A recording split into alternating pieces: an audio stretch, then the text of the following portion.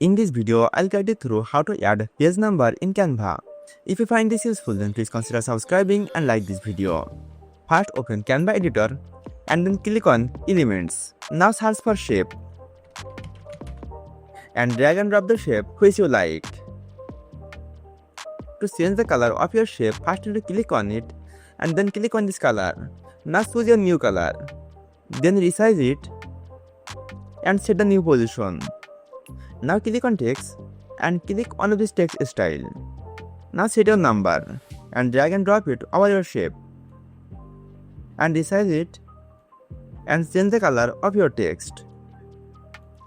Now select shape and number and click on group. Now right click on it and copy the shape and text. Now take a new page and paste it. Now click on yellow. Now click on your text and change it.